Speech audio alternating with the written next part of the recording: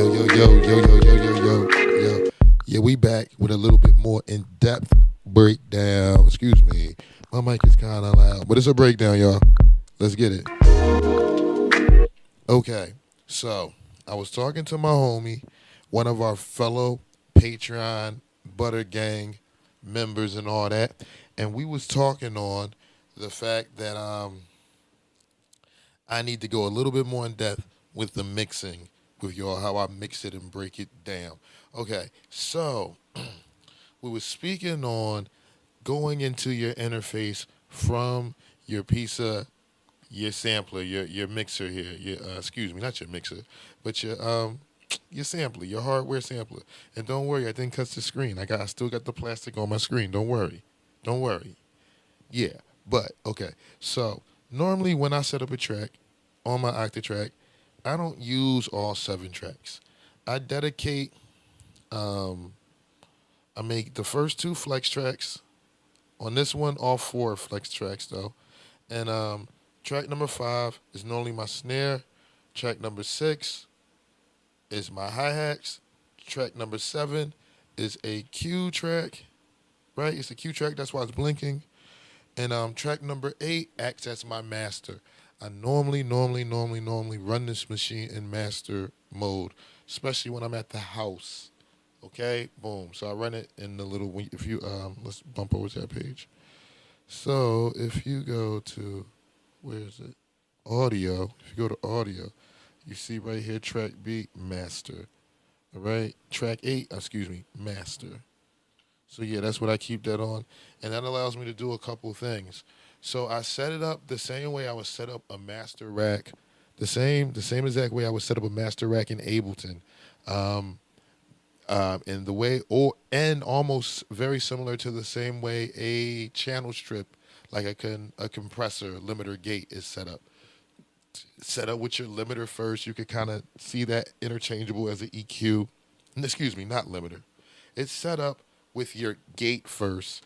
You can look at that as an EQ. A gate is just like telling you what's going to come in and what can't come in. You're setting, basically setting a parameter for the frequencies that you're allowing to come in. You can hear the mic. I have a gate set up on the mic right now, and I'm going to lift it up a little bit.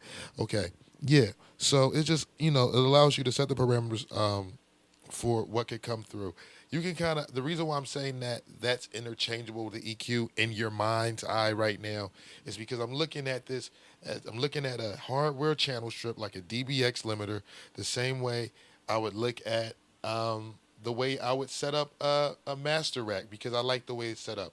They normally set up with some sort of EQ or dynamic type of thing first, and then you get compression, and then you get limiting. And that's the same way I set it up in Ableton when I set up my master rack. Why am I talking about that? I'm talking about that because that is what I'm doing, sort of, on track 8. So if you look here, the stock filter that they give you just starting out on your tracks, I like it because I don't have to really think about it too much. What do I have it set up right here? I got the bass set at like 4. That's where I moved it from. What is this one? Let's see. 124. The width goes up to 127. I have it on 124. So basically, with the bass right here, I just scooped out bass, BASE, the base amount of the filter. I just basically just carved out just a little bit of lows. And I don't have an aggressive EQ on that filter. It's not like an aggressive Q on a filter. So I just carved out just a little bit of lows just to make sure that my bass line and my sample and whatever else I was running out here, keys to, it's not going to give me any sub frequency. My kick drum is running out via the Q out. That's why it's blinking, right? So it's coming out of a separate out. So that's not being messed with by anything I'm doing on this master because it's coming out the Q out. It's by itself. It's going somewhere else. All right. It's not coming out with the master outs. All right. So that's basically how I set up the first part. We can look at that like the EQ because in a master rack, that's the way I attempt or I would always start. I start with the EQ. When I'm in Ableton, I start with EQ. If If I'm in the studio and I got access to all sorts of hardware rack mounts, the on my mastering chain, the first thing I'm putting in is an EQ. All right, or maybe some sort of like dynamic gate, but an EQ. All right. Then we move on to compression. So on that same master track, track 8, boom, you bump over, and I have the compressor. Now, this compressor isn't anything really to write home about, but what I use it is I use it just to trim off the stray hairs on the mix. All right. So I'm not the ratio. I kind of have it up pretty high, 103 threshold. Where we at? About 86. I could just do this too and see. And the mix is at 93. I'm not using it at full mix. The attack is at 41, and the release is at 86. So it's not happening immediately, and it's not fading out immediately neither. All right, so check and see. Just listen to it. Um, how can I turn off the kick? Don't worry, the kick is there. Don't. Never mind the kick. You know what? I'll do a little thing so you won't hear the kick in a minute. Hold on, here we go.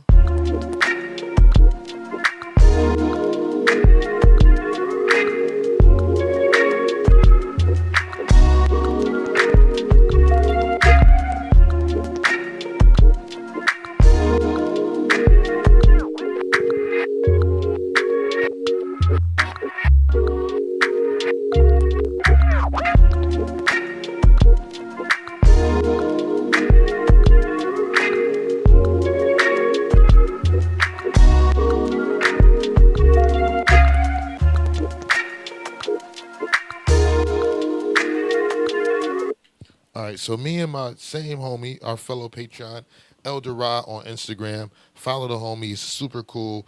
Me and him, we got a lot. We have a lot of personal electron talks. You know what I mean? And you guys are all welcome to jump in my DM and ask me questions at any time. That's part of the privilege of being Butter Gang. All right. But we were talking about how snares, how loud they end up once you record the beat into whatever DAW or into whatever recorder you're using, right? So that brings me here. All right. So one way that I check to see if my snares are too aggressive or too loud is while I am monitoring the beat in Ableton. The channel strip is already open. It's armed. I mean the channel in Ableton is an armed, or the channel on your Pro Tools, the channel on your DAW is armed, and you're recording into it. And so you can monitor what you're peaking at, right? So normally I like to peak around -6. That's my sweet spot, all right? -6.5, -6. What I do is I mute the kick and mute the well, if you're recording on the one track, you're going to mute the kick.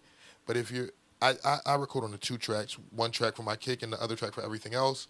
If you're recording that way, or if you're recording, if you're multi-tracking, what you want to do is you want to mute the kick and you want to mute the snare and see if you still hit close to the place you were hitting when they were there. All right? And I use that method to balance my mix. And you can either do it by eye or do it by ear. I rather do it by eye and ear by having a channel strip or some sort of metering tool opened up in a DAW so I can see where I'm hitting at. All right, so people, let's look.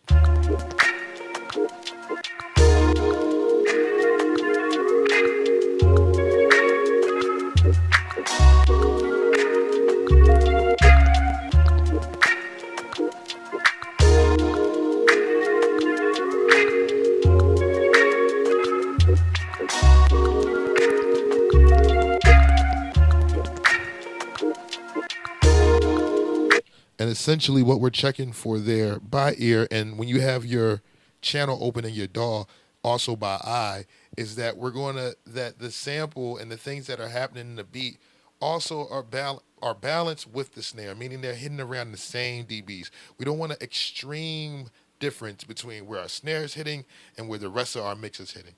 All right? The funny thing about the snare, it's very easy for the ear to perceive.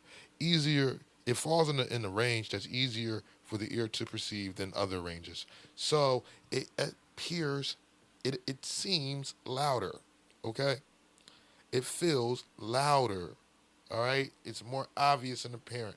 But also because we make them quick and snappy a lot of times, they're in and they're out. So it could have that metronome effect where you kind of forget it's there, but it's very big in the mix. So I like to check before I start recording by just monitoring. All right. Also, real quick, I like to also put my tracks in the same place every time. This helps me when I record out the beat just to view everything from the mix area like this. So I can get my mutes on and everything really quick. Watch.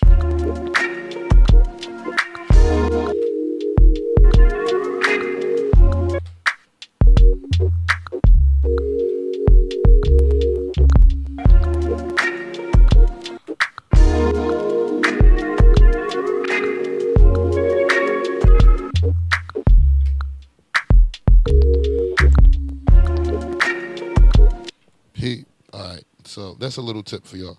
All right. Sorry, this was all close on the screen and everything. Let me show you this real quick before I'm out too. This is how I get sticky, icky little parts at the bottom of my bass line. I don't know if you can hear them, but you'll be able to hear them now. So look, I'm gonna go ahead and mute the bass line, and you're going to hear this little coming from the mother. Pete.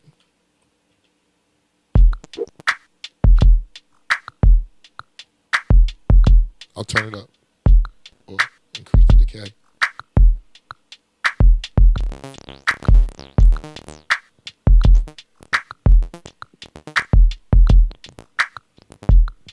So what that is, it's okay. So I initially write the bass part on the Octatrack on MIDI track one, right? So I write the bass part there, but I want the bass part to be stagnant. So I go ahead and record it, and the bass part is coming up from the mother 32, but I kind of want that static. I go ahead and record it in to the Octatrack.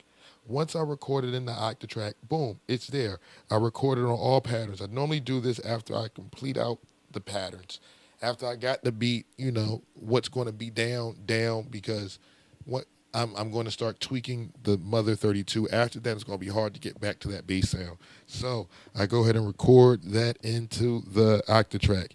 Then with that remaining MIDI information that's still on track one, and it's written differently for each pattern, right? But it's still there.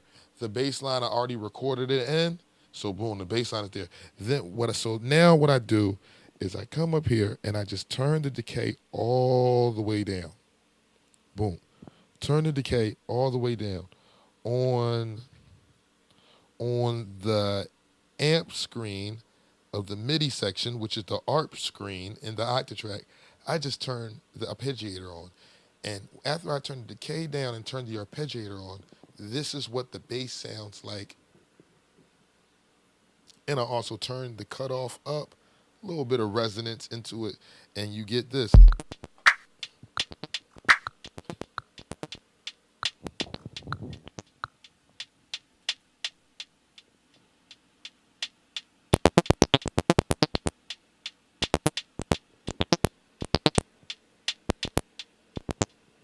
And that's sort of just living there, and symbiotically that's living there. It's like a happy neighbor with the bass because it's built off of what that bass part was. It's the same line. It's written from the same line, just different because I made tweaks. All right, boom. So Pete, hey,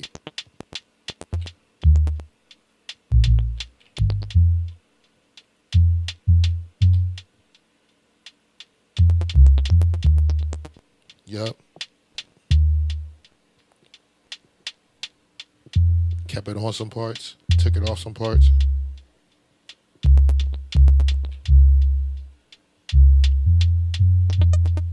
Right.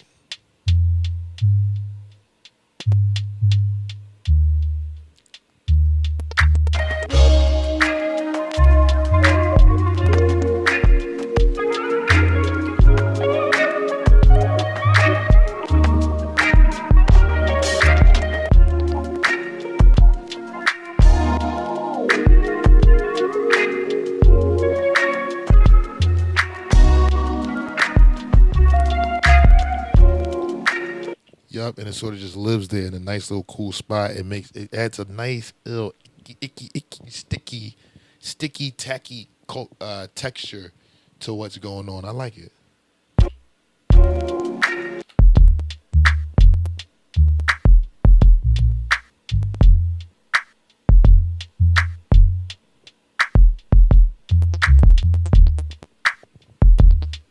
Yeah, and if you turn it down enough, it slides right in under the beat. All right, y'all. Peace. This was your boy Lean Lizzy, aka Big Brother Butter. Now Octa Butter. You peep. And yeah, I'm about to be up out of here, man. I love y'all. I like y'all, and let's keep on doing this. Um, I got this little thing on the Patreon page called Ask Lean. Once it fills up with like at least 6 questions, I'm going to make a whole video response to all of those questions and address those questions, and then we'll run it back again. All right. So yeah, go ahead and jump in there. All right. I should pin it. Maybe I'll pin it. Good idea. It'll be pinned. Pinning. All right. Now, peace. One, y'all. Peace.